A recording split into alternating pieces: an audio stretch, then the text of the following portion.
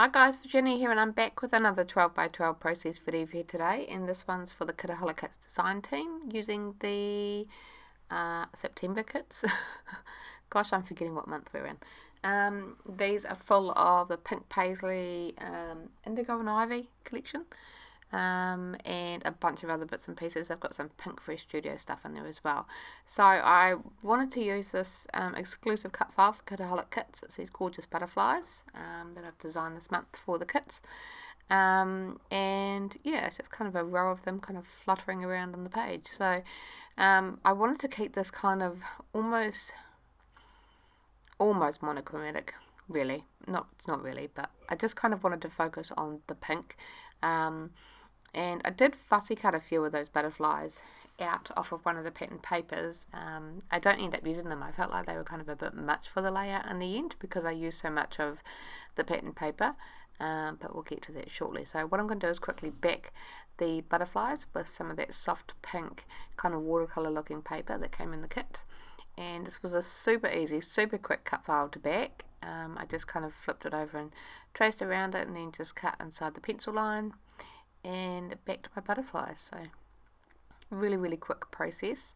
The whole layout was actually really quick. I've pretty much kept the entire process in except me back in the cut file, which is good. I apologise for the banging. There's people going in and outside the sliding door. Okay, so there we go. That's all done. I've backed my cut file with some adhesive foam as well.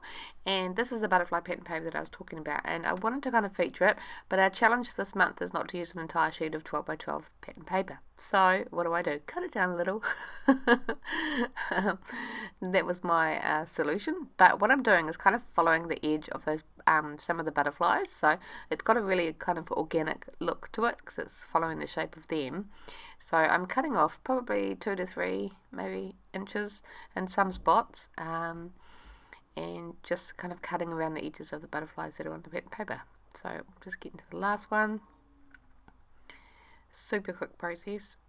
And then I just trim off my branding strip, and then I can kind of pop that in place. And I'm going to sit my line of butterflies in the cut file, just kind of overlapping the edge of it, with some of those butterflies peeking out. I really like the look of that. And I wanted to do just a tiny bit of mixed media, so I've brought in some distress oxides. This is the Tattered Rose one. I brought it quite a while ago. I couldn't find it. I thought I'd lost it, but I did find it, and it was still in its packaging, so there you go. But I knew I'd have a use for it when I bought it, and this was exactly the time. So I'm just popping it on a bit of packaging, adding a little bit of water.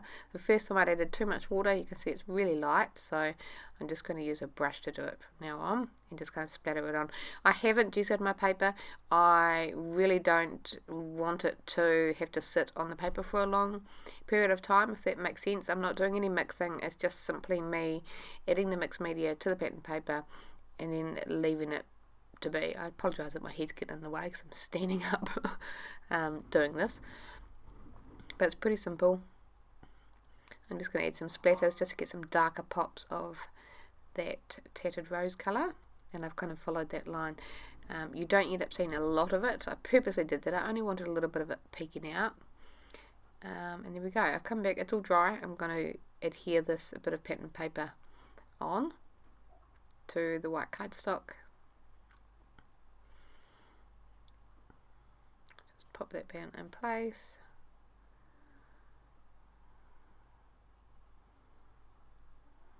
Just pressing it down. I'm going to trim off the excess that's hanging off over the side of that white cardstock.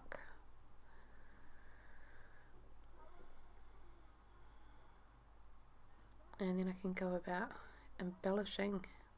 I apologise for the bright light to the left of the screen as well. I did close the curtain, but so that it wasn't directly on my mat, but there's still a bit of it peeking out. We're coming into spring now, so the days are getting a little bit longer and a little bit brighter, and that means I'm getting a lot of sun on my desk.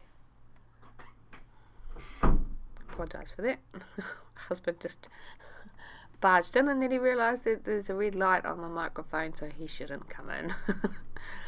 Okay, so my photos, I've just backed them with some of that wood grain from one of the 4x6 cards that come in the pocket page kit, and I'm going to adhere to my cut file. I'm just using some ATG and some glue, and I'm just going to kind of stack those photos in that kind of vertical design following the butterflies. I really like that, they're kind of tucked in there, and I love that my photos just really, they're the feature part of the page. Everything else just kind of blends in the background, but when you start looking at it, you can see the butterflies in the cut file and then all the detail in the paper. But those photos, because that bright blue that's in the sky really isn't anywhere else on that layout. So there's a lot of grey and pink on the photos, but because of that blue, they really pop off the page. Okay, so I'm adding some of those fussy cut butterflies, and I wasn't too sure about them. I felt like it was getting a bit too busy, and I liked that kind of gentle, soft white space that was out to the right of the page. So I kind of sit them there and mull them over for a little bit, and just decide that I'd go through the die cut pieces to kind of see what I can find that would work. And again, I'm focusing on the colours that I've already got on the layout, the pinks, possibly the grey, and I will add in some gold, just because I can't help myself. It's gold, why not? So I'm just putting up pieces that I think will work. Okay, so we've got this card here. It's got blue and green on it. I don't want to introduce those colours, so I'm just going to tuck it behind my photo strategically, just so that I get the sentiment and the little numbers just for pop of interest. And I've got a soft pink tag, so I'm just going to kind of stack on the horizontal underneath that photo for a bit of colour. That die cut flower, while it would have worked beautifully, would just be surplus to requirements really. It would have been lost with that pattern paper in the background, so that goes back. That other grey die cut piece, I kind of cut the bottom bit off it, just so that it wasn't wasted, but I like the sentiment that was on it. Bringing in that gold circular piece, again it had a blue flower on it, so I've tucked it strategically under that photo at the top there, and to balance out that gold that I've got at the top, I've popped a little gold foiled heart in the bottom. And those butterflies are now gone. I decided I'd bring a little bit more gold, just something subtle, something to add to those butterflies that I've got going on the right hand side. So there's some of the gold acetate pieces from the Pink Fresh acetate florals, and I've got a couple of die cut butterflies that I thought might be able to work, but the white outline was a little bit uneven and chunky, and I didn't quite like it, so I'm just thinning that down. I'm not cutting off the white outline completely.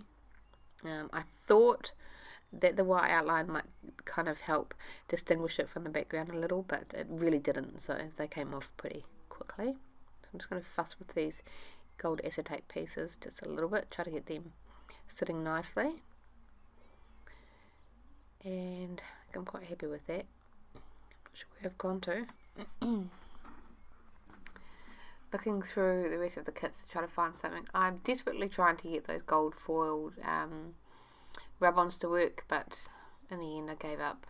Again, they were just sticking to the background, so yeah, and I didn't want to add any of those coloured rub-ons, so we're just introducing more colours, so I thought I could add a little bit of interest with one of the little heart stamps from the Amy Tan stamp set. And I'm going to stamp it in that Tattered Rose Distress Oxide, just up to the side a little bit, just under those acetate pieces, just for a little bit of interest, and bring those hearts over to the right of the page.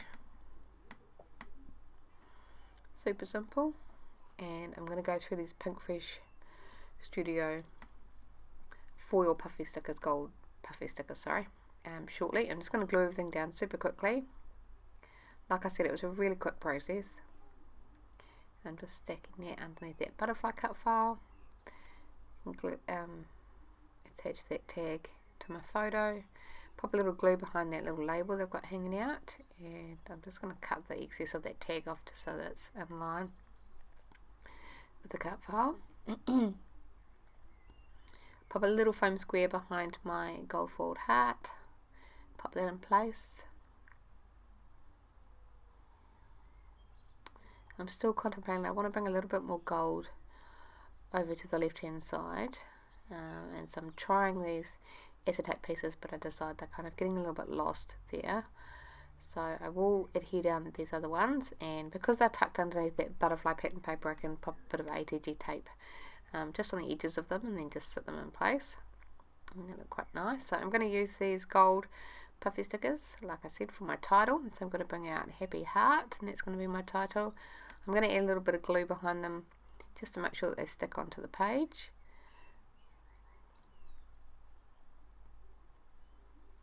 And I can glue down the red heart, just kind of stacking them in the center there.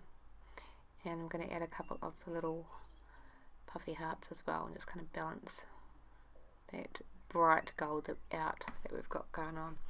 And then after that, that's pretty much of my layout. So I hope you enjoyed the process. And I do try some enamel dots, but they quickly come back off the layout. The colour wasn't quite right. But after that, that is it for my layout. So like I said, I hope you enjoyed the process. If you want to check out the kits or the shop, there's a link in the description box below. But until next time, bye guys.